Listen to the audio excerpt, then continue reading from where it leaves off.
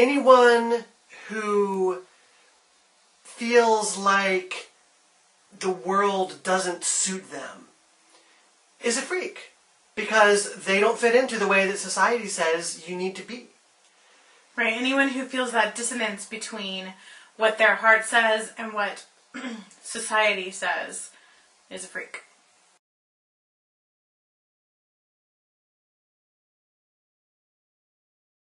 Everyone is, on the inside, a freak, because the only way to be normal in this world is to stop listening to your heart.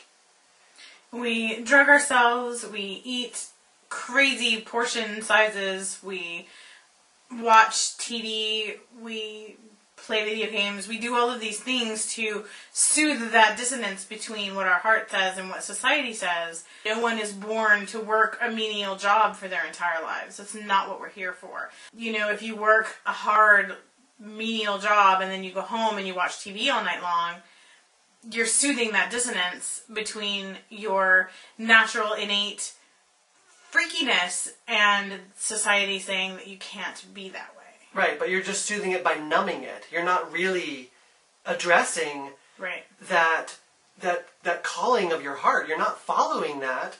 You're saying, shut up, go away. There is no place for my soul in the real world.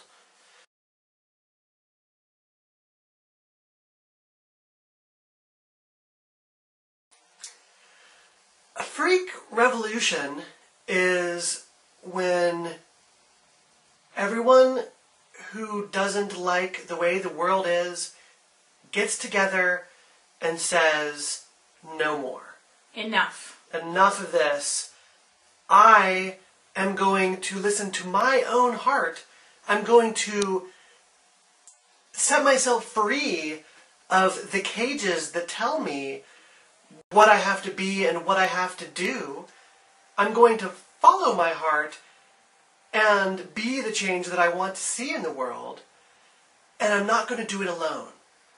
Right. Being the change that you want to see in the world is the first half of it. But the second half is teaching other people. If you go up on a mountaintop and live your life perfectly in the way that you want it to be and the way that you want everyone to live their lives, no one knows.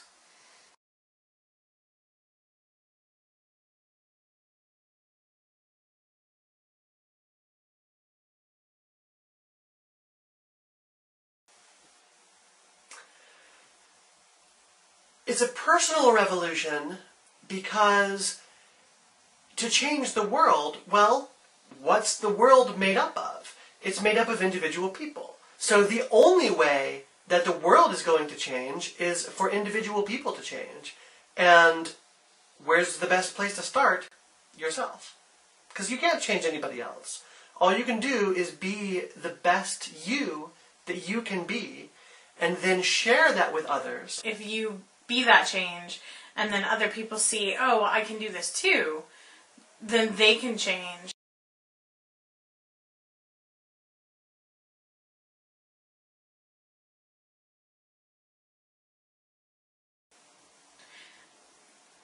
Coming out is very challenging and exciting and scary.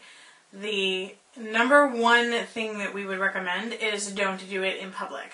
Find a time and a neutral place where you feel safe to talk about whatever it is you're coming out as. But it doesn't have to be the typical coming out as gay thing. This advice holds for coming out as a Republican or coming out as someone who doesn't want to send their kid to public school or anything freaky, anything that's going to freak people out. I mean, you, Kylie, have gotten more crap from your family about being vegetarian than about a lot of the other freaky things you are. The reason that it's often so hard to come out as anything is because you're not just saying, oh, hey, here's some news about me. You're threatening other people's worldview. They are living in their world where things are a certain way and you are a certain way, and you're coming in and saying, hey, all the stuff that you thought That person that you thought was me is not actually me. Right, and the world that you thought you were living in, surprise! You're not in that world. And that is the scariest thing that can happen to anyone. My advice is to come to peace with your own issues so that you can entirely empathize with the person you're talking to. Then the resistance that they will expect won't be present. They have less to punch at, too. Right. If they get angry at you and you're not fighting back, you're not getting defensive, you're saying, yeah, I understand why you're upset. I understand why you're upset. This must be really hard for you. Then you're being on their team instead of being against them. That is what leads to the best outcome. Mm-hmm. Then you can actually start to get into how you feel and work things out together. Yeah. Thanks, John. Yeah, thanks. It was really fun. It was really fun. And we'll be seeing you. Bye.